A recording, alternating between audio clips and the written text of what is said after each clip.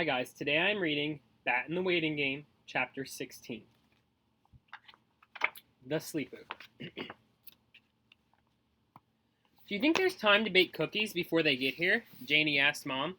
She had been working all day on getting ready for her big sleepover party.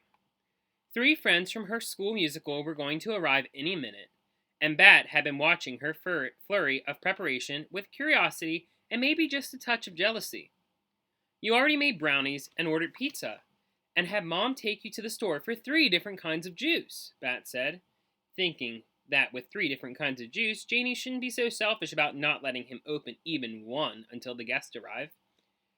I know, Janie said, twirling her hair up into a bun, but I can't remember if Corina said she doesn't like brownies or cookies. I thought it was cookies, but she doesn't like, so I made brownies. But now I think I might be remembering wrong. I like brownies, Bat said, but I also like cookies. I know, Bat, Janie said, rolling her eyes. Bat hated when Janie rolled her eyes at him. It was rude. He was about to tell her so when the doorbell rang.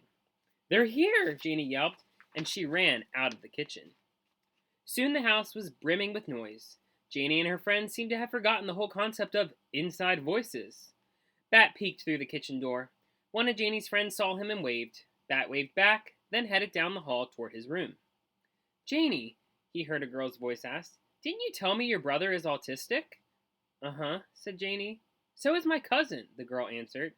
Bat went into his room and closed the door, firmly behind him, but he could still hear the girls, only slightly muffled. Bat sighed and flopped down onto his beanbag. He wasn't sure what name to give the emotion he was feeling. His eyes darted around the room as he looked for something to do. Even his animal encyclopedia, which usually made him perfectly content, didn't seem appealing. And Thor must have been deep in his afternoon nap because Bat couldn't hear him stirring in his enclosure. Now that Thor was less of a baby and more of a toddler, Bat liked to think of his enclosure as a playpen. In one back corner was the kitty transport box that made a sort of cave for Thor to sleep in.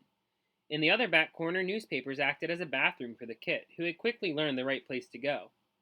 Up toward the gate at the front was Thor's food dish, which Bat filled 4 times a day, and a water dish, which he changed and refilled every morning and night.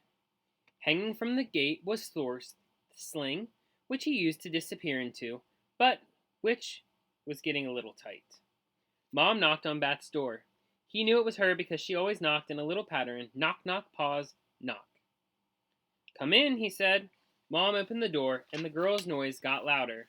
She came into the room and shut the door again. Those girls know how to party, she said with a smile. Bat shrugged. I guess, he said. Mom sat on the edge of the bed. How's Thor?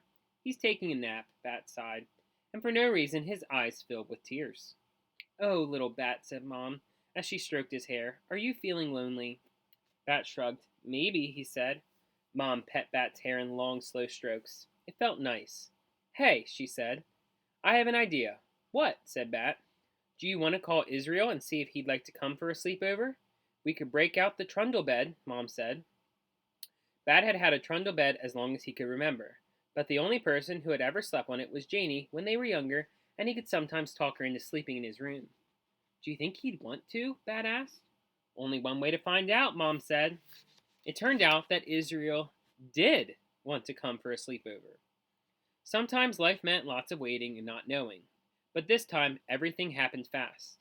Israel answered the phone on the second ring, and he said yes, as soon as Bat asked him if he wanted to come over.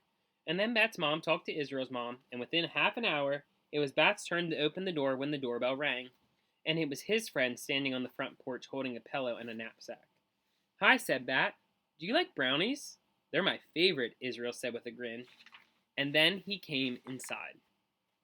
And that is the end of Chapter 16 of Bat and the Waiting Game. If you like my channel, you can like and subscribe below.